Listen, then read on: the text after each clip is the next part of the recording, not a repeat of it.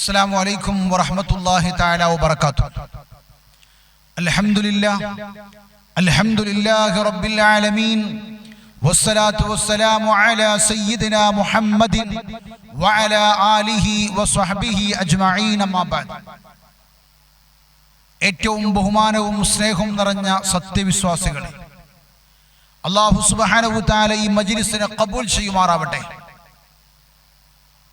ഒരുപാട് പ്രയാസങ്ങളും ഒരുപാട് സങ്കടങ്ങളും ഒരുപാട് ദുഃഖങ്ങളുമായി ദുആ ചെയ്യാൻ വേണ്ടി പറഞ്ഞ ഒരുപാട് ആളുകളുണ്ട്. എല്ലാവർക്കും അല്ലാഹു സുബ്ഹാനഹു തആല മനസ്സമാധാനം പ്രദാനം ചെയ്യുമാറാവട്ടെ. രോഗങ്ങളാൽ ബുദ്ധിമുട്ടുന്ന ഒരുപാട് ആളുകളുണ്ട്. എല്ലാവർക്കും പരിപൂർണമായ കമിലായ ആജിലായ ശിഫ അല്ലാഹു തന്നനുഗ്രഹിക്കുമാറാവട്ടെ എന്ന് ആമുഖമായി ദുആ ചെയ്യുകയാണ്.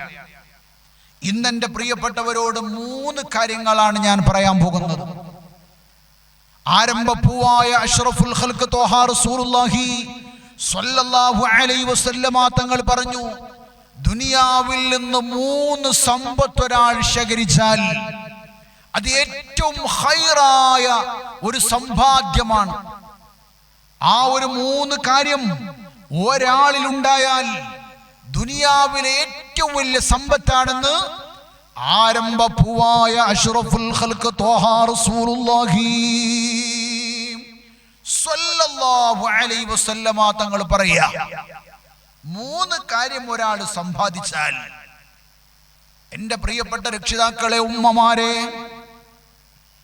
ഞാൻ പറയാൻ പോകുന്ന 3 കാര്യം ഒരാളെങ്ങാനും സ്വരൂപിച്ചാൽ ആരംഭപ്പൂവായ അഷ്റഫുൽ ഖൽഖ് ത്വഹ റസൂലുള്ളാഹി സ്വല്ലല്ലാഹു അലൈഹി വസല്ലമ തങ്ങൾ പറയുന്നു, അതവന്റെ ജീവിതത്തിലെ ഏറ്റവും വിജയമാണ്. അല്ലാഹുവേ, സമ്പാദിക്കാൻ ഞങ്ങൾക്ക് ഇനി തൗഫീഖ് നൽകണം. അല്ലാഹ്, സമ്പാദിക്കാൻ ഞങ്ങൾക്ക് ഇനി തൗഫീഖ് നൽകണേ റഹ്മാനെ. ആ 3 കാര്യങ്ങൾ ഏതാണ്? ആരംഭപ്പൂവായ അഷ്റഫുൽ ഖൽഖ് ത്വഹ റസൂലുള്ളാഹി സ്വല്ലല്ലാഹു അലൈഹി വസല്ലമ തങ്ങൾ ദുനിയാവിന്റെ സമ്പത്ത് വാരിക്കൂട്ടിയാൽ അവർക്ക് സ്വർഗമുണ്ടെന്ന് പറഞ്ഞ 3 സമ്പത്തുകൾ. ഒന്നാമത്തെ സമ്പത്തിന്റെ പ്രിയപ്പെട്ടവരെ, ലിസാനുൻ ദാകിറുൻ, അല്ലാഹനെ ഓർക്കുന്ന നാവ്. രണ്ടാമത്തത് വഖൽബുൻ ഷാകിറുൻ, നന്ദിയുള്ള ഹൃദയം. മൂന്നാമത്തത് വസൗജത്തുൻ മുഅ്മിനത്തുൻ തുഈനുഹു. എന്ത് നല്ല വാക്കാണത്, എന്ത് നല്ല വാക്കാണ്. ഒരു ഭാര്യ ഉണ്ടാവുക, ഒരു മുഅ്മിനത്തായ ഒരു ഭാര്യ ഉണ്ടാവുക, എല്ലാ കാര്യത്തിലും സഹായിക്കുന്ന, മതപരമായ കാര്യങ്ങൾ, ഭൗതികപരമായ കാര്യങ്ങളിൽ സഹായിക്കുന്ന ഒരു ഭാര്യ ഉണ്ടാവുക, അതൊരു മനുഷ്യന്റെ ഏറ്റവും വലിയ സമ്പാദ്യമാണെന്ന് ആരംഭപ്പൂവായ അഷ്റഫുൽ ഖൽഖ് ത്വഹ റസൂലുള്ളാഹി സ്വല്ലല്ലാഹു അലൈഹി വസല്ലമ തങ്ങൾ പഠിപ്പിക്കുന്നു. അല്ലാഹനെ ഓർക്കുന്നൊരു നാവുണ്ടായാൽ ഒരു മനുഷ്യൻ രക്ഷപ്പെട്ടു. എന്റെ പ്രിയപ്പെട്ട ഉമ്മമാരും രക്ഷിതാക്കളൊക്കെ ശ്രദ്ധിക്കണം. അല്ലാഹനെ ഓർക്കുന്നൊരു നാവുണ്ടാവുക, എപ്പോഴും ദിക്റ് ചൊല്ലുക, ലാ ഇലാഹ ഇല്ലല്ലാഹ് അസ്തഗ്ഫിറുല്ലാഹൽ അസീം. ഒരു തെറ്റുപോലും ചെയ്യാത്ത, നാളെ സ്വർഗം തുറക്കുന്ന, നമ്മളുടെ കരളിന്റെ കഷ്ടമായ ആരംഭപ്പൂവായ മുത്തളി മുത്തു മുഹമ്മദ് മുസ്തഫ സ്വല്ലല്ലാഹു അലൈഹി വസല്ലമ തങ്ങൾ പോലും ഇസ്തിഗ്ഫാർ ഇങ്ങനെ പതിവാക്കിയിരുന്നു. അസ്തഗ്ഫിറുല്ലാഹൽ അസീം, അസ്തഗ്ഫിറുല്ലാഹൽ അസീം. ഇത് നമ്മളൊക്കെ ദിക്റ് ചൊല്ലും. എപ്പോഴാ? നമ്മളൊക്കെ ദിക്റ് ചൊല്ലണോരാണ്. എല്ലാവരുടെ കയ്യിലുണ്ടാകും, എല്ലാ സഹോദരിമാരുടെ കയ്യിലുണ്ടാകും കൗണ്ടർ. അതിങ്ങനെ നിൽക്കും. അതുപോലെ എപ്പോഴും ദിക്റാണ്. എന്നാ ഉമ്മാനോട് നിങ്ങൾ ചോദിച്ചു നോക്കി, എന്തിനാ നിങ്ങൾ ദിക്റ് ചൊല്ലണതെന്ന്.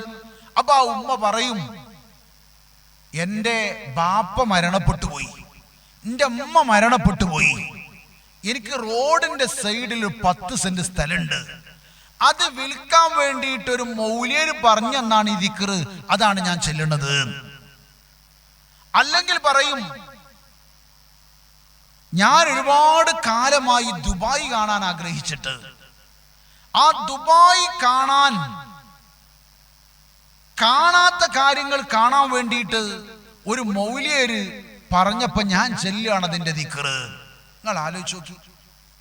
മനസ്സിരുത്തിയിട്ട് എൻ്റെ പ്രിയപ്പെട്ടവരെ, അള്ളാനെ ഓർത്തുകൊണ്ട് ലാ ഇലാഹ ഇല്ലല്ലാഹ് എന്നൊരാള് പറഞ്ഞു പോയാൽ അയാളെ കുറിച്ച് ആരംഭപ്പൂവായ മുത്തു മുഹമ്മദ് മുസ്തഫ സ്വല്ലല്ലാഹു അലൈഹി വസല്ലമ തങ്ങൾ പറയുന്നു, ലാ ഇലാഹ ഇല്ലല്ലാഹ് എന്ന ദിക്ർ ഒരാൾ പതിവാക്കിയാൽ ദഖലൽ ജന്ന, അയാൾ സ്വർഗത്തിൽ കടക്കുമെന്നല്ല, അയാൾ സ്വർഗത്തിൽ കടന്നു എന്ന് ആരംഭപ്പൂവായ മുത്തു മുഹമ്മദ് മുസ്തഫ സ്വല്ലല്ലാഹു അലൈഹി വസല്ലം. ഉറക്ക സ്വലാത്ത് ചൊല്ലൂ നബി മുഹമ്മദ് മുസ്തഫ സ്വല്ലല്ലാഹു അലൈഹി വസല്ലം. നിങ്ങൾ ആലോചിച്ച് നോക്കി. സ്വർഗത്തിൽ കടക്കുമെന്നല്ല, അയാൾ സ്വർഗത്തിൽ കടന്നു എന്നാണ് അർത്ഥം. ലാ ഇലാഹ ഇല്ലല്ലാഹ് എന്ന് മനസ്സിരുത്തിയിട്ട് ഒരാൾ ചൊല്ലിയാൽ, ഒരാൾ ഇസ്തിഗ്ഫാർ ചൊല്ലിയാൽ, ഒരുപാട് ദിക്റിന്റെ ശ്രേഷ്ഠത നമുക്കറിയാം. അല്ലാഹനെ ഓർക്കുന്ന ഒരു അവസ്ഥ നമുക്കുണ്ടായാൽ, അങ്ങനെ നമ്മളെ നാവ് ഇങ്ങനെ വഴങ്ങി കിട്ടിയാൽ, സ്വലാത്ത് ഇങ്ങനെ ചൊല്ലിയാൽ നമ്മളെ നാവ് ഇങ്ങനെ ദിക്റിൽ വഴങ്ങണം. ചില ആളുകൾ കിടക്കുമ്പോഴും ദിക്ർ, ഇരിക്കുമ്പോഴും ദിക്ർ, നടക്കുമ്പോഴും ദിക്ർ, തന്റെ പ്രവർത്തനങ്ങളിൽ മുഴുവനും ദിക്ർ. ഇന്ന് ഒരുപാട് ഉമ്മമാർ, വലിയ ചരിതാർത്ഥ്യമുണ്ട്, വലിയ സന്തോഷം. ഒരുപാട് ഉസ്താദുമാർ ഇങ്ങനെ യൂട്യൂബുകളായിട്ടും അതുപോലെ മതപ്രഭാഷണ സദസ്സുകളായിട്ടും അതുപോലെ അവരുടെ ഉപ്പാപ്പമാർ മഹത്തുക്കൾ മഹാന്മാരുടെ ഇജാസിയത്ത് പ്രകാരം ഓരോരാളുകളിലേക്ക് കൈമാറി തന്ന ദിക്റുകൾ ഇങ്ങനെ ചൊല്ലി, അതിങ്ങനെ പത്തിരി ഉണ്ടാക്കുമ്പോഴും അടുക്കളയുടെ ജോലി ഉണ്ടാക്കുമ്പോഴും അതിങ്ങനെ ഫോണിൽ ഇങ്ങനെ കേട്ട് ചൊല്ലുന്ന ഒരുപാട് ഉമ്മമാരുണ്ട്, ഒരുപാട് ആളുകളുണ്ട്. എൻ്റെ പ്രിയപ്പെട്ടവരെ, ഞാൻ പറയുന്നത് നല്ല മനസ്സോടുകൂടെ, നല്ല ഇഖ്ലാസോടുകൂടെ പടച്ച റബ്ബിന്റെ അടുത്തുനിന്ന് പ്രതിഫലം കിട്ടണം.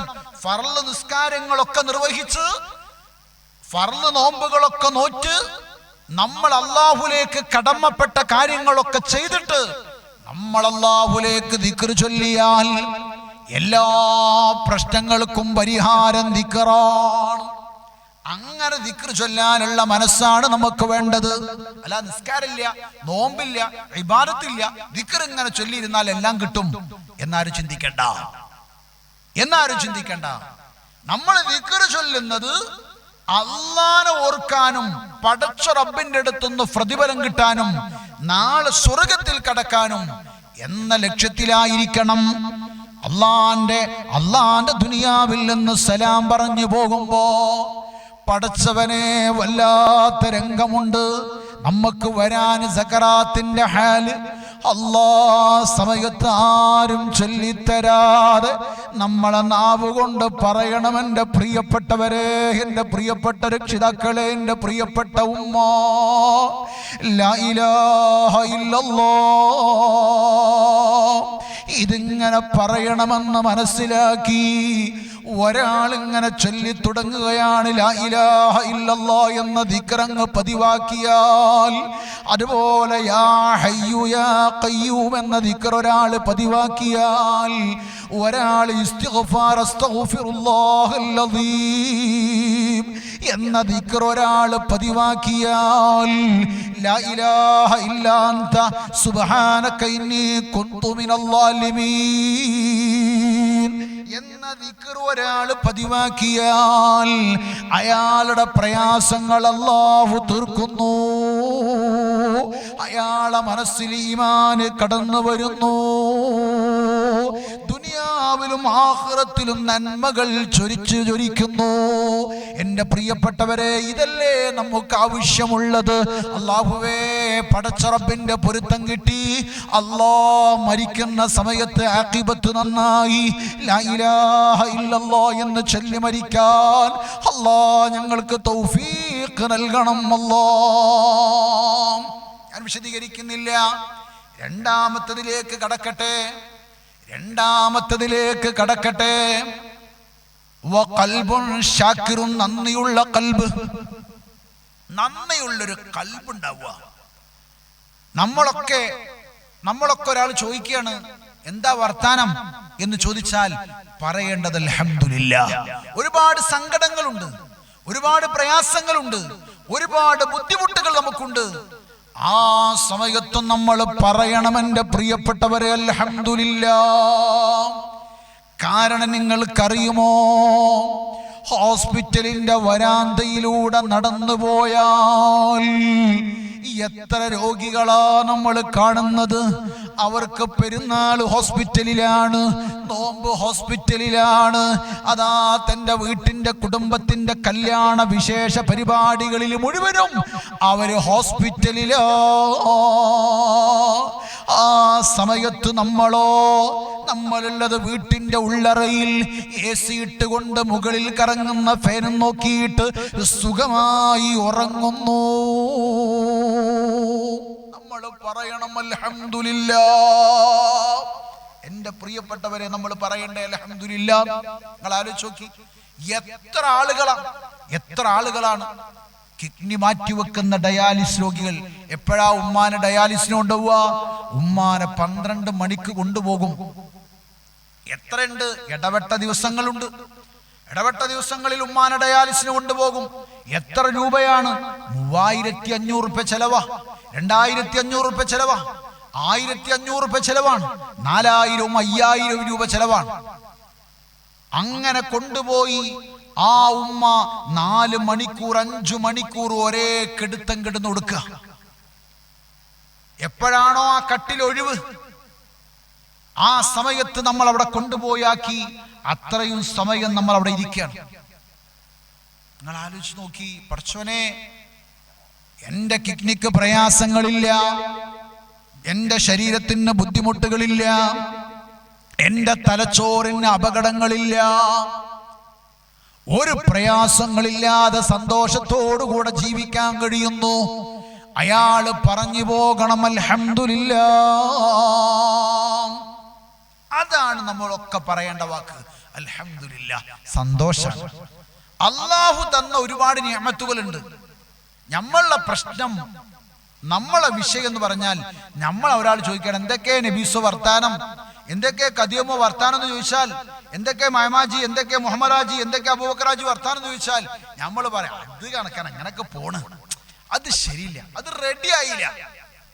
ഈ ഒരു പരാതികളും പരിവർത്തനങ്ങളും സങ്കടങ്ങളും ദുഃഖങ്ങളും നമുക്കുള്ളത്. അപ്പൊ നമ്മൾ ചിന്തിക്കുക, പടച്ചോനെ, പൈസ അവിടുന്ന് കിട്ടാനാണ് കിട്ടിക്കോളും, ദുനിയാവല്ലേ, അത് ശരിയായിക്കോളും. പക്ഷെ എൻ്റെ ശരീരത്തിന് ഒരു പ്രയാസമില്ലല്ലോ. ചില ആളുകൾ പറയാറുണ്ട്, ഉസ്താദെ, കട ഒരുപാടുണ്ട്, ഒരുപാട് വിഷമങ്ങളുണ്ട്, പക്ഷെ ആഫിയത്ത് അള്ളാഹു എനിക്ക് തന്നാൽ അതൊക്കെ എനിക്ക് വീട്ടാൻ കഴിയും, അൽഹംദുലില്ലാഹ്. അങ്ങനെ ഒരു വിഷയത്തെ കുറിച്ച് നമ്മൾ ചിന്തിച്ചിട്ടുണ്ടോ? എൻ്റെ പ്രിയപ്പെട്ടവരെ, നമ്മുടെ ശരീരത്തിന്റെ ഓരോരോ ഘടനകളും നമ്മൾ പരിശോധിക്കുമ്പോൾ വല്ലാത്ത അത്ഭുതമാണ്. നമ്മുടെ ശരീരത്തിന്റെ തലച്ചോറ് ഉറങ്ങുന്ന സമയത്തുറങ്ങുന്നു, ഉണരുന്ന സമയത്തുണരുന്നു. നമുക്കതാ ഓരോരോ മെസ്സേജുകളും തന്നുകൊണ്ടിരിക്കുന്നു. അല്ലേ? ബാത്റൂമിൽ പോകാനാകുമ്പോ നമ്മളെ തലച്ചോറ് നമ്മൾ അറിയിക്കുക റെഡി ആയിട്ടുണ്ടോ. അതുപോലെ പള്ളിയിലേക്ക് പോകാനുള്ള വഴി, എത്ര ഗൂഗിൾ മാപ്പാ നമ്മുടെ ശരീരത്തിൽ അല്ലാഹു ഫിറ്റ് ചെയ്തിട്ടുള്ളത്. നമ്മളെ വീട്ടിലേക്ക് പോകാനുള്ള വഴി നമ്മൾ മറക്കാറില്ല, അത് നമ്മൾ ഓർമ്മയിലുണ്ട്. അതെങ്ങാനും കുറഞ്ഞു പോയാൽ സോഡിയം കുറഞ്ഞു, ഓർമ്മ നഷ്ടപ്പെട്ടു പോയി, അല്ലേ? നമ്മൾ കേൾക്കാറില്ലേ? നിങ്ങൾ ആലോചിച്ച് നോക്കി, നമ്മൾ കഴിക്കുക ഭക്ഷണങ്ങൾ, ആ ഭക്ഷണം നമ്മുടെ ആമാശയത്തിലേക്ക് അങ്ങ് ചെന്നാൽ ഒരു ആസിഡ് ആ ആമാശയത്തിലേക്ക് അല്ലാഹു അങ്ങോട്ട് ഇടുക. നിങ്ങൾ ആലോചിച്ച് നോക്കി, അത് ഭസ്മമായി പോവുക. എന്ത് കഴിച്ചാലും ഒരാളെ എല്ലാം കിട്ടും മുണങ്ങി, ഒരാൾ എല്ലാ ഭക്ഷണങ്ങളും കഴിക്കുന്നു, അതിന്റെ വർക്കുകൾ അതിന്റെ ഉള്ളിൽ ഇങ്ങനെ നടന്നുകൊണ്ടിരിക്കുന്നു. അതിന് രക്തമാക്കുന്നു, അതിനെ വേസ്റ്റ് ആക്കുന്നു, അതിന്റെ വെള്ളത്തെ ആ മൂത്രമാക്കി മാറ്റുന്നു. അങ്ങനെ അതിനെ പല രൂപങ്ങളിലേക്കാക്കി നമ്മുടെ ശരീരത്തിലേക്ക് തരുന്ന പടച്ച റബ്ബ്, ആ കഴിക്കുന്ന ഭക്ഷണത്തിൽ നിന്ന് ഹോർമോണുകൾ, അതിൽ നിന്ന് ഊർജങ്ങള്, ഇങ്ങനെ നമ്മുടെ ശരീരത്തെ അല്ലാഹു മാറ്റുമ്പോൾ എൻ്റെ പ്രിയപ്പെട്ട ഉമ്മാ രക്ഷിതാക്കളെ നമ്മൾ പറഞ്ഞു പോകണം അൽഹംദുലില്ലാഹ്. അത് വല്ലാത്ത വാക്കാണ് എൻ്റെ പ്രിയപ്പെട്ടവരെ. ആരംഭപ്പൂവായ അഷ്റഫുൽ ഖൽഖ് ത്വാഹ റസൂലുള്ളാഹി സ്വല്ലല്ലാഹു അലൈഹി വസല്ലമ തങ്ങൾ പറഞ്ഞ വാക്കാണ്. അവിടുത്തെ സ്വഹാബത്ത് കാണിച്ച വാക്കാണ്. എല്ലാവരും ജീവിതത്തിൽ പകർത്തിയ വാക്കാണ്.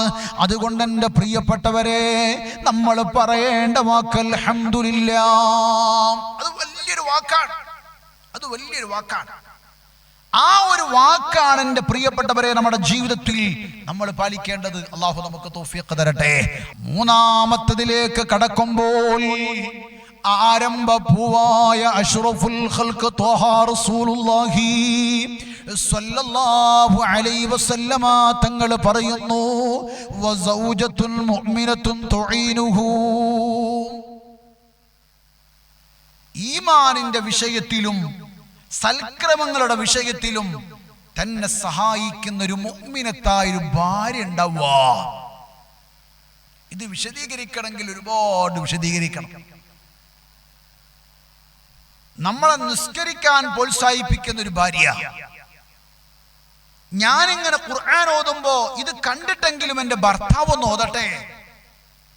ഞാനിങ്ങനെ നിസ്കരിക്കുമ്പോൾ ഇത് കണ്ടിട്ട് എൻ്റെ ഭർത്താവ് നിസ്കരിക്കട്ടെ. ഉമ്മ 4 മണിക്ക് എണീക്കും, നമ്മളെ ഭാര്യ 4 മണിക്ക് എണീക്കും. എന്തിനാ എണീക്കുന്നത്?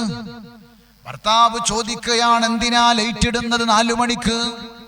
4:30 മണിക്ക് എന്തിനാ ലൈറ്റ് ഇടുന്നത് ചോദിക്കുമ്പോൾ ഭാര്യ പറയുകയാണ്, ഞാൻ തഹജ്ജുദ് നിസ്കരിക്കാൻ പോകുന്നു. ഇതെന്തിനാ? ഞാൻ തഹജ്ജുദ് നിസ്കരിക്കുന്ന പെണ്ണാണെന്ന് അറിയാനല്ല. എന്നാ ഞാൻ നിസ്കരിക്കട്ടെ. അങ്ങനെ നല്ല സൽക്രമങ്ങളുടെ പേരിൽ സഹായിക്കുന്ന ഒരു ഭാര്യ നമുക്കുണ്ടെങ്കിൽ അതാണ് ലോകത്തിലെ ഏറ്റവും വലിയ സമ്പാദ്യമെന്ന് പഠിപ്പിക്കുമ്പോൾ ഇവരാണ് നാളെ നമ്മളെ സ്വർഗത്തിലേക്ക് കൈപിടിച്ചു കൊണ്ടുപോകുന്നത്. ഞാൻ എൻ്റെ പ്രിയപ്പെട്ടവരോട് എൻ്റെ വാക്ക് ഞാൻ അവസാനിപ്പിക്കട്ടെ. ഈ 3 കാര്യങ്ങൾ എൻ്റെ പ്രിയപ്പെട്ട ഉമ്മമാരെ, രക്ഷിതാക്കളെ നിലനിർത്തിയാൽ അള്ളാന്റെ സ്വർഗമാണ്, പടച്ച റബ്ബിന്റെ സ്വർഗമാണ്. ദുനിയാവിൽ അവൻ രക്ഷപ്പെട്ടു പോയി, ആഖിറത്തിലും അവൻ രക്ഷപ്പെട്ടു പോയി. അല്ലാഹുവേ, ഞങ്ങളെ നന്മയാറുന്ന നല്ല ചെയ്തുകൊണ്ട് പടച്ച റബ്ബിന്റെ പൊരുത്തം കിട്ടുന്ന നല്ല സ്വാലിഹീങ്ങളിൽ സ്വാലിഹാത്തുകളിൽ ഞങ്ങൾ പെടുത്തണേ റഹ്മാനെ എന്ന് വളരെ ആത്മാർത്ഥമായി ദുആ ചെയ്തുകൊണ്ട് പടച്ച റബ്ബേ, ഒരുപാട് ആളുകൾ പ്രത്യേകമായി ദുആ ചെയ്യാൻ വേണ്ടി പറഞ്ഞവരും ഈ മഹത്തായ മജ്ലിസിൽ ഒരുപാട് ആളുകൾ പ്രത്യേകമായി ദുആ ചെയ്യാൻ വേണ്ടി പറഞ്ഞ ഒരുപാട് ആളുകളുണ്ട്. റഹ്മുർ റഹീമീനായ തമ്പുരാനെ, അല്ലാഹുവേ, പടച്ച റബ്ബേ, ഈ മജ്ലിസിനെ നീ ഖബൂലാക്കണേ റഹ്മാനെ. ഒരുപാട് മുറാദുള്ളവരുണ്ട്, ഹസ്സുലാക്കണേ റഹ്മാനെ. നമുക്കറിയാം, വല്ലാതെ സങ്കടപ്പെടുത്തുന്ന വാർത്തകളാണ് നമ്മൾ കേട്ടത്. വല്ലാതെ സങ്കടപ്പെടുത്തുന്ന വാർത്ത. അടുത്ത വർഷം ഈ വെക്കേഷൻ കഴിഞ്ഞ് സ്കൂൾ അങ്ങ് തുറക്കുമ്പോ പാങ്ങിൽ ഒരു സ്കൂളിലേക്ക് മക്കള് പോകുന്നത് സങ്കടത്തോടെയാണ്. കഴിഞ്ഞ പ്രാവശ്യം സ്കൂളിന്റെ അവസാനത്തെ പരീക്ഷയിൽ ടീച്ചറുടെ കൈ പിടിച്ചുകൊണ്ട് സന്തോഷം പങ്കിട്ട മക്കൾ ആ സ്കൂളിന്റെ വരാന്തയിലേക്ക് ചെല്ലുമ്പോ ഒരുപാട് ഫോട്ടോകൾ ഇങ്ങനെ തൂങ്ങിയിരിക്കുകയാണ്. ടീച്ചർമാരെ സ്മരിച്ചുകൊണ്ട്. അവരെവിടെയെന്ന് ചോദിച്ചാൽ വാൽപ്പാറ അപകടത്തിൽ അള്ളാഹുവിന്റെ വിധിക്ക് അവർ യാത്ര പറഞ്ഞവരാണ്. ആ രംഗം വിശദീകരിക്കുന്ന ഒരു സുഹൃത്ത് പൊട്ടിക്കരഞ്ഞിട്ട് പറയാണ്, ഒരു ശബ്ദവും കേട്ട് ഒരുപാട് കരച്ചിലും കേട്ട്. മിനിറ്റുകളെ അവിടെ സംഭവിച്ചിട്ടുള്ളൂ. എത്ര മരണങ്ങളാണ് പടച്ചോനെ! ആ കുടുംബത്തിന്റെ അവസ്ഥ, എൻ്റെ പ്രിയപ്പെട്ടവരെ,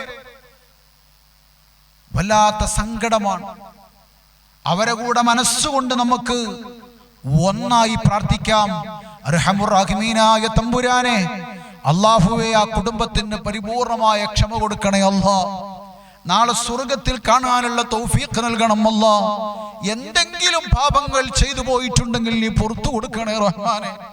എൻ്റെ പ്രിയപ്പെട്ടവരെ, ഒരുപാട് രോഗികൾ പ്രത്യേകമായി ദുആ ചെയ്യാൻ വേണ്ടി പറഞ്ഞിട്ടുണ്ട്. അല്ലാഹു പരിപൂർണമായ ശിഫ അല്ലാഹു കൊടുക്കട്ടെ. ഒരുപാട് പ്രവാസികൾ ദുആരക്കാൻ വേണ്ടി പറഞ്ഞിട്ടുണ്ട്. നമ്മളെ സ്ഥാപനത്തെ ജബലുൽ ലൈലി ദർസിനെ സഹായിക്കുന്ന ഒരുപാട് പ്രവാസികൾ, നാട്ടിലുള്ളവർ, ഒരുപാട് ആളുകൾ സഹായിച്ചവരുണ്ട്, പ്രാർത്ഥിക്കാൻ പറഞ്ഞവരുണ്ട്. എല്ലാവർക്കും തക്കതായ പ്രതിഫലം ഇരു വീട്ടിലും അല്ലാഹു കൊടുത്ത് അനുഗ്രഹിക്കുമാറാവട്ടെ എന്ന് ആത്മാർത്ഥമായി ദുആ ചെയ്തുകൊണ്ട് ഞാൻ നിർത്തുന്നു. അസ്സലാമു അലൈക്കും വറഹ്മത്തുള്ളാഹി.